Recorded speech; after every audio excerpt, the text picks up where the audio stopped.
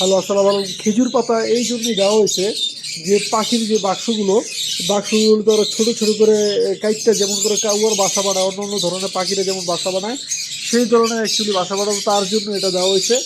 কারণটা হলো এটাই যে যদি 4টা 5টা যদি ডিম পারে সেই জায়গায় এক জায়গায় যে ডিমটা বসবে, এমনকি সে পাখিরা পরিপূর্ণভাবে মুরগির মতন বসতে পারে ডিমগুলো একসাথে নিয়ে। তখনই বাচ্চাগুলো দ্রুত হয় একসাথে, মানে বাচ্চারা একসাথে ডিমগুলো থাকতে পারে, তার জন্যই এই মানে খেজুরের পাতা দেওয়া হয়েছে। ঠিক আছে, যদি মনে করেন আপনি খেজুরের পাতা না দেন তাহলে আপনার কাঠের গুঁড়া দিবেন, কিন্তু ওগুলোতে সম্পূর্ণ বাচ্চা পাওয়া যায় না। দেখা 4টা 5টা যদি ডিম পারে তখন দেখা যায় কি 2টা বাচ্চা হয়, 3টা বাচ্চা হয় না। কারণ হলো একটাই, 2টা ধরা ঠিক মতো বসতে পারে, আর 3টা 4টা বসলে বসার পর যে সেরা জায়গা, তার জন্য ওরা বসতে পারে না। তার জন্য খেজুর পাতা দেওয়ার জন্য অ্যাকচুয়ালি আপনার এই ডিমগুলো আপনি পরিপূর্ণ বুঝতে পারে, এবং কি ডিমগুলো ঠিক মতন দিতে পারে, তার জন্য এই খেজুরের পাতা আমার দেওয়া হয়েছে। দেখেন প্রত্যেকটা গাছাছের প্রত্যেকটা খাঁচার ভিতরে খেজুরের পাতা আমার দেওয়া হয়েছে, প্রত্যেকটার ভিতরে। এবং কি রুমের ভিতরে দিই যে এই কারণে সুন্দরভাবে তারা বাসা করতে পারে, তার জন্য।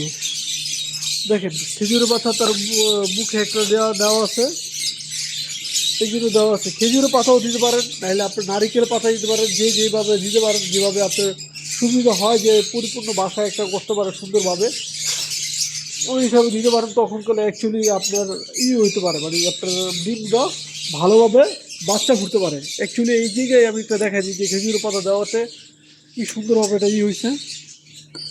বিসমিল্লাহ, দেখেন খেজুর পাতা দেওয়াতে পুরো একদম সুন্দরভাবে হয়েছে।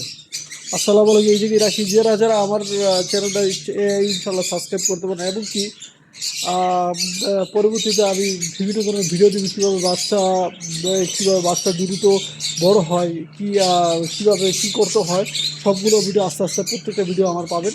তার জন্য চ্যানেলটা সাবস্ক্রাইব করে লাইক করেন এবং কি শেয়ার করেন। বিসমিল্লাহির রহমানির রহিম।